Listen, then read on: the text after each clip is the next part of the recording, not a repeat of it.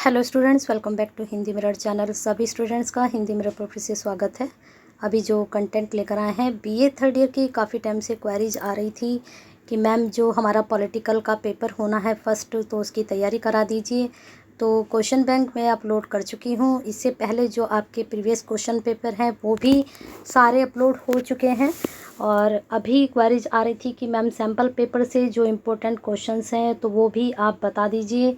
तो दो पार्ट में आपको ये वीडियो मिलेगी, क्योंकि काफ़ी लेंदी अगर बनाते हैं तो लेंदी हो जाएगी वीडियो।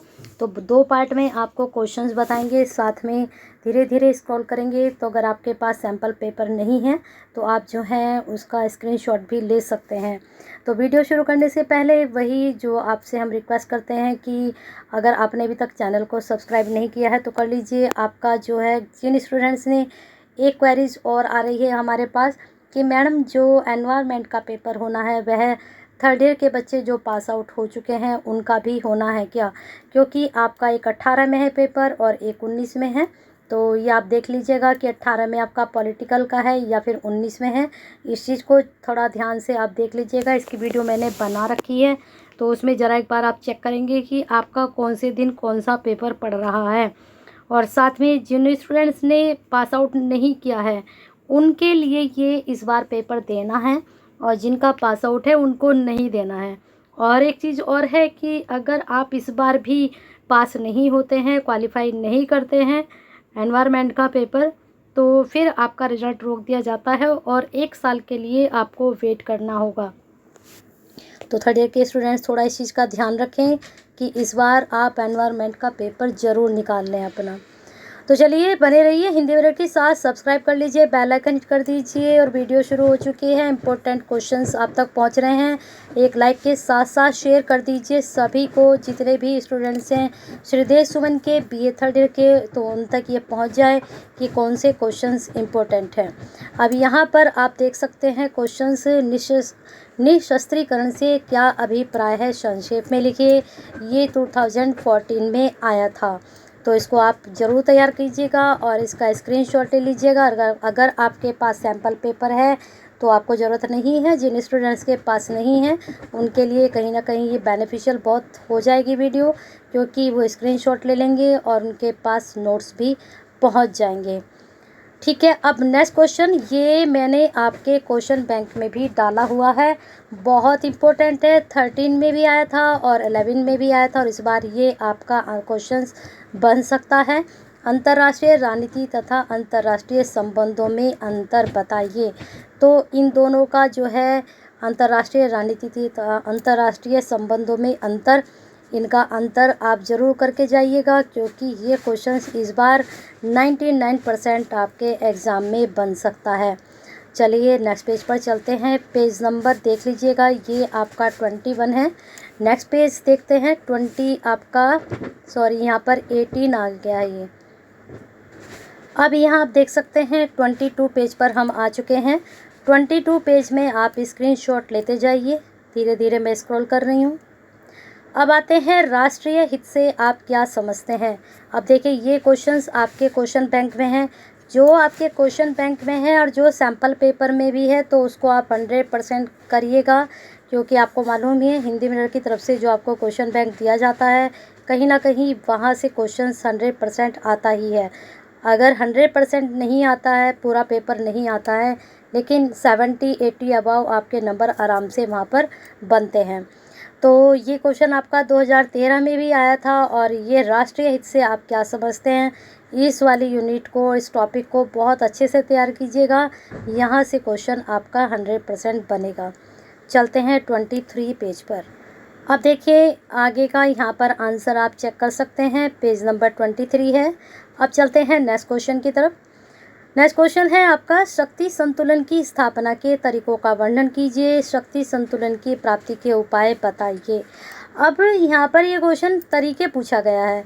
अब शक्ति संतुलन में क्वेश्चन और किस प्रकार से बन सकते हैं, कौन से टॉपिक इसके महत्वपूर्ण हैं, ये आप देखिएगा, क्योंकि शायद ये मैंने आपका उसमें भी डाला है शक्ति संतुलन से संबंधित। अगर नहीं डाला है तो इसको आप ज़रूर करिएगा, यहाँ से प्रश्न जरूर बनेगा।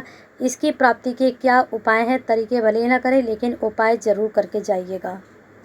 अब देखिए लास्ट क्वेश्चन इसमें बच रहा है, विदेश नीति के प्रमुख निर्धारक तत्वों का संक्षेप में वर्णन कीजिए। विदेश नीति मैंने कहा था कि बहुत इम्पोर्टेंट है, ज़रूर करिएगा, तत्व ज़रूर कर लीजिएगा। और भी 2-4 टॉपिक मैंने इसमें बताए थे आपको विदेश नीति से संबंधित, उनको ज़रूर तैयार कीजिएगा। इसको स्क्रॉल कर देती हूँ, इस वाले के आंसर के, ये शॉर्ट में है। क्षतिपूर्ण है, शस्त्रीकरण है, मध्यवर्ती राज्य, हस्तक्षेप, विभाजन तथा शासन। और भी हेडिंग आप तैयार कर सकते हैं अगर आप इसको थोड़ा लेंथी करना चाहेंगे तो। अब यहाँ पर इसका आप आंसर चेक कर सकते हैं, स्क्रॉल कर रही हूँ तो यहाँ पर इसमें कहा है तत्व अथवा कारक, क्या निर्धारक तत्व हैं, किससे निर्धारित की जाती है विदेश नीति, तो यहाँ पर आपको बताने हैं। ठीक है, ये स्क्रॉल कर रही हूँ, इसको आप नोट डाउन कर सकते हैं। चलते हैं 25 पेज पर। पेज ये थोड़ा आगे पीछे हैं तो हमें पहले देखना पड़ेगा 25 कहाँ आ रहा है पेपर। ये 28 है।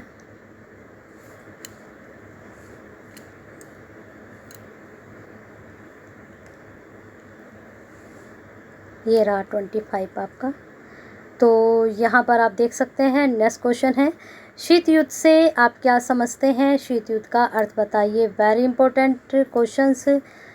अब इसमें भी आपको कुछ भी कहने की ज़रूरत नहीं है, ना समझने की, बिल्कुल कर लीजिएगा इस वाले प्रश्न को, शीत युद्ध से आप क्या समझते हैं। प्रश्न बहुत इंपॉर्टेंट है, यहाँ से क्वेश्चन ज़रूर बनेगा।